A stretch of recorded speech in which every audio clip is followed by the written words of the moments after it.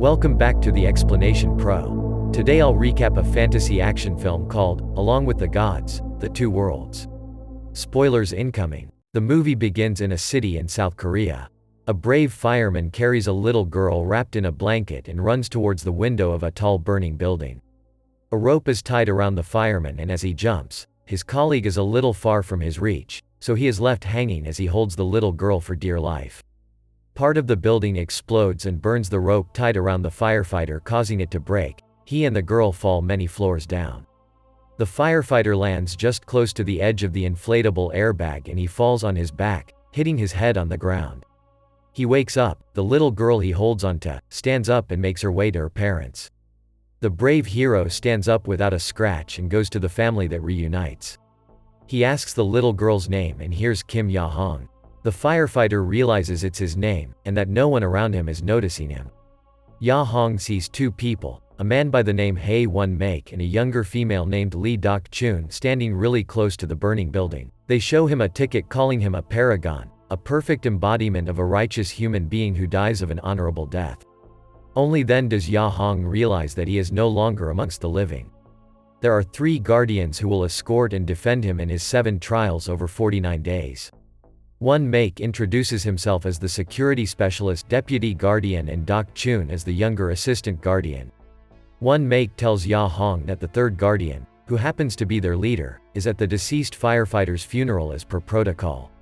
Ya-hong is confused and in denial. He cannot just die and leave his mother behind. Suddenly, Ya-hong is transported to the underworld through a portal that opens up and sucks him in. As they walk towards the gate of the underworld, the leader introduces himself as Gang Rim. Ya-hong still doesn't believe that he's a paragon. It is proven that he has an honorable soul and his chances of reincarnation are quite high as he is able to enter the gates of hell. They make their way to the first court, Hell of Murder, to be judged by the honorable god of murder. Ya-hong's trial is about leaving behind a doomed colleague, who was trapped beneath rubble during a fire, despite having enough time. The 2 prosecutors believe that the firefighter's desire for his own safety and indecisiveness caused his colleague's death and his actions are seen as an indirect murder. But since Ya-hong is a paragon, they demand for him to suffer in the volcano for only 5 years. The judge then lets the guardians begin their defense. About to be sentenced, it is revealed that his colleague told him to prioritize the civilians. It is shown in the mirror of karma that after rescuing 8 others, Ya-hong attempted to go back for his colleague only to be held back as the building collapsed. The honorable god of murder then acquits Ya-hong and praises his righteous deed. The firefighter and his guardians proceed to the second court, Hell of Indolence. The guardians are confident that Ya-hong can be acquitted as well. Gang Rim reminds his 2 members that the prosecutors will arm themselves to indict a paragon for these prosecutors to get promoted. So, the guardians must also continue to defend their paragon. Ya-hong wonders why he needs to be defended. Dok-chun explains to him that a millennium ago, King Yom-ra promised the 3 guardians that if they are able to help reincarnate 49 souls in 1,000 years, the 3 of them shall also be given the privilege to be reincarnated however they please. In the second court, judged by an honorable goddess, Ya-hong's guardians presented his selflessness, diligence, and affectionate gestures that reached out to even the smallest and weakest creatures. The goddess wants to erect a statue of the paragon in the court and then asks the firefighter what compelled him to live his life in such a righteous way. Ya-hong blurts out that he only worked for money. The goddess then decides to punish Ya-hong for worshipping the god of money. As the firefighter is close to being thrown to the sea, Gang Rim interjects and states that the money was to support his brother and ailing mother. Not being able to have any rest as he needed to work non-stop and having only the day after his death as his true day off, the goddess decides to acquit him for looking after his poverty-stricken family. On the way to the Hell of Deceit, ghouls attack as the physics of hell begins to morph. This sudden change indicates that a member of Ya-hong's family had died and has become a vengeful spirit. Gang Rim leaves them to investigate as the rest proceeds. Gang Rim finds Ya-hong's mother alive and well and comes to the realization that Su-hong, Ya-hong's younger brother, has died. Gang Rim proceeds to chase after the vengeful spirit. The leader loses the spirit during the chase and continues to investigate further. He makes his way to the barracks where Su-hong was assigned. Gang Rim learns that the younger brother is said to have deserted and is now missing. In the Hell of Deceit, judged by Her Majesty Tazan, Ya Hong is accused of writing fake letters to the family of those who had died, one of whom is Ji Yin, the daughter of his fallen colleague. The judge asks Ya Hong about Ji Yin's pain and despair upon discovering the truth of her father's passing. The firefighter, unable to speak and defend himself, gets tied up and is about to get his tongue cut off. Gang Rim supernaturally links with Doc Chun from the living world to defend Ya Hong, stating that Ya Hong had also written fake letters to his mother for the past 15 years, to cheer her up, fearing that his mother would give up fighting her illness. These white lies have allowed her to focus on her health, and the mother is able to overcome her illness and make a full recovery. They also state that everyone grows from despair, and that the letters to Ji Yin, despite her actually understanding that her father was dead, helped her cope with her loss. Her Majesty orders the court to dismiss all charges against Ya Hong, and all the pieces of evidence presented are thereby removed. He is now free to move on to the next trial. As the three proceed to the next court, Ya Hong is still desperate to see his mother. Doc Chun asks him if he wants to tell his mother something else. The firefighter tells them the story that he has always eaten scorched rice when they were young and his mother would cook for them. But as she is forgetful nowadays, so many pots have been thrown out. So, he decided to buy an electric rice cooker, and inside it is a true letter explaining everything about Ya Hong. Gang Rim contacts the group and tells them, especially to Ya Hong, that his family is alive and well. Ya Hong is happy and relieved of the news and continues to hug everyone he sees in the underworld. Gang Rim then tells his fellow guardians that the truth is that Su Hong is dead and has become a vengeful spirit. He will proceed to investigate further. Later on, Gang Rim travels back in time to find Su Hong on the night of his death, while he is on guard duty with his partner Dong Yin. Dong Yin is constantly bullied by the rest of the militants in the barracks, and so Su Hong watches over him like his own brother. As the two partners talk, Dong Yin fidgets on the gun's safety lock. After the two hug, Dong Yin accidentally shoots Su Hong on the chest. Su Hong struggles to instruct Dong Yin to call their superior Lieutenant Park. He gives him specific instructions to not tell anyone else as he bleeds to death. Lieutenant Park arrives moments later and tries to revive the fallen soldier. Dong Yin stutters as he explains to his superior about the accidental shooting. Lieutenant Park keeps the bullet in his pocket and tells Dong Yin to clean up the mess. The superior explains to the scared soldier that it is all an accident and he can take care of it.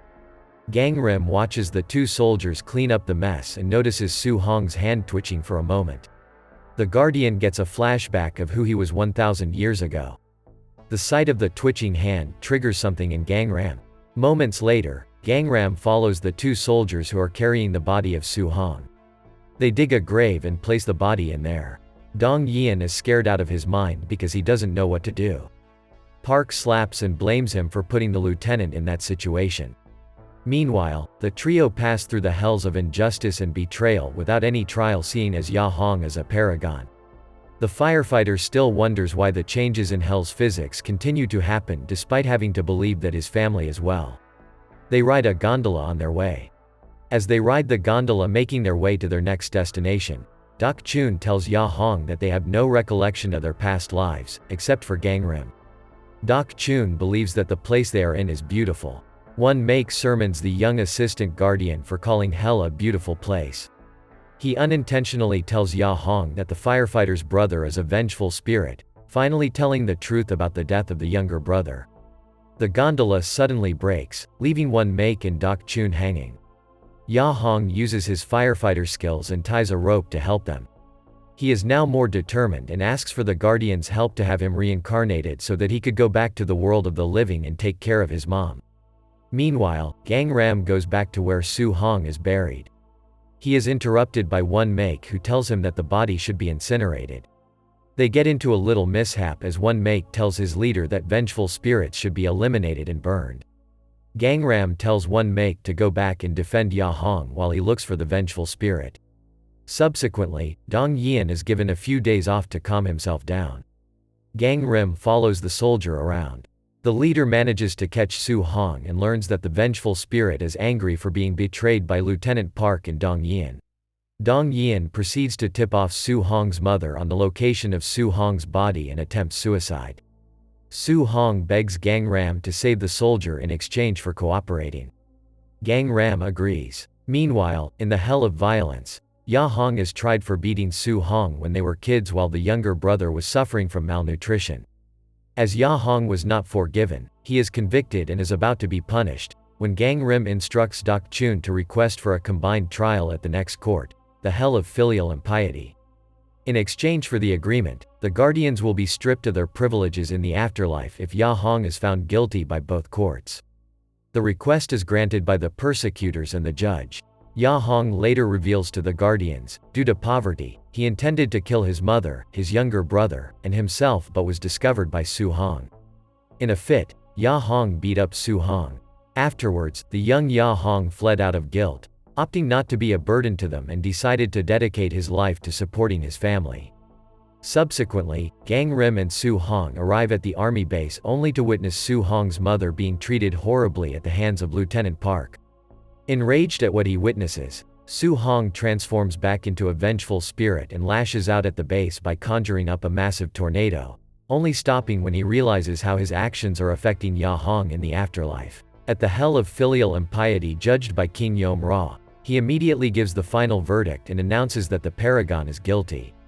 Ya Hong learns that on the night of his attempted murder-suicide, his mother was actually awake and had decided to allow it, knowing that she was a burden on her family. Ya Hong realizes this and wants to be punished. The prosecutors begin to read the charges. With the help of Gang Rim and Wan Make, Su Hong enters his mother's dream and learns that she had already forgiven Ya Hong for that night. Since sins that have been forgiven in the living world are not allowed to be judged in the afterlife, Ya Hong is allowed to be reincarnated. Afterward, Gang Rim instructs Wan Make that their next paragon to defend is none other than Su Hong. The leader also tells him that his acolyte often came to him to bug him, but Wan Make denies these claims and said he only goes because he is called. Gang Rim realizes that Yom Ra had been meddling with his investigation of Su Hong.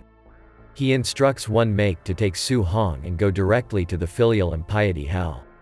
While Gang Ram finishes up one more task, which is delivering the electric rice cooker to the mother. Later on, the mother finally learns about Ya Hong's true intentions through the letter, which gives her peace of mind.